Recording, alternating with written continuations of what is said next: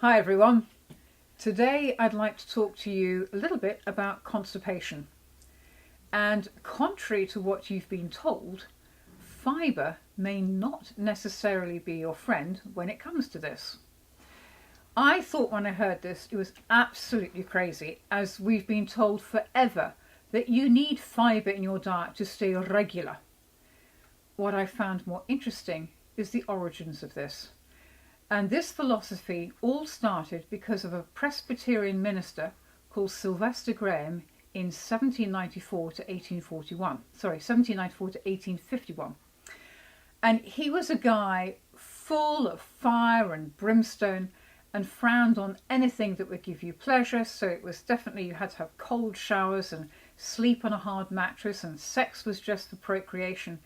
And he heavily promoted a diet of eating coarsely ground wheat for fibre, and warned and vilified such things as white bread, or quite frankly anything pleasurable. I mean, he sounded a real barrel of laughs. Following on from him was a guy called John Harvey Kellogg, and he was around in 1852 to 1943. And he was a doctor, a well-known surgeon, a businessman, extremely well read, and he followed on in sort of Mr. Graham's genre, advocating a coarse vegetarian diet. He promoted several ounces of bran a day to be taken with paraffin oil, and he was also obsessed with chastity.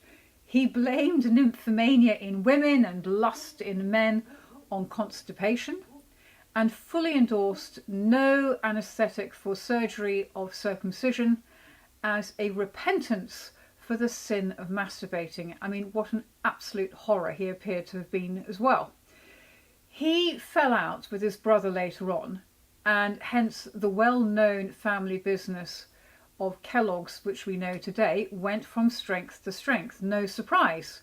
His brother decided to fill the cereals with sugar and other ingredients that would please the palate for morning people having their breakfasts, and started putting toys hidden in packets in the boxes, and other ingredients which were not so good for the body but great for profits.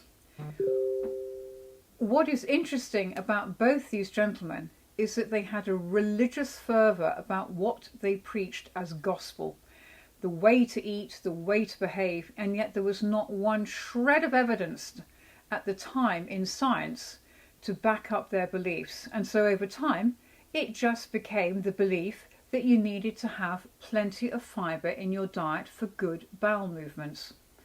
However, science today tells a rather different story, and this is not particularly well known, as to there is a lot of damage that can be done by overloading your systems with too much fibre. In fact, there have only been 3 random controlled studies which have ever been done on patients using wheat bran who have chronic constipation, and they were actually unable to come up with any positive conclusions. They did, however, confirm that fibre or psyllium husk has been associated with bloating, mechanical obstruction, and can exacerbate the symptoms of IBS. The studies also showed an excess of fibre can cause bloating, gas, stomach cramps, nausea and vomiting, rectal bleeding, and debilitating constipation. So why are we doing this? So let's have a quick look at constipation and how we can address it.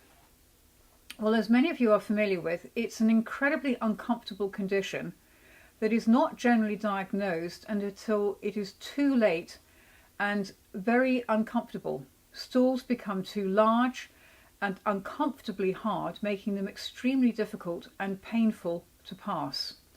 This leads on to the colon and the rectum becoming too enlarged, leading to decreased sensations and stimuli to actually pass the stool.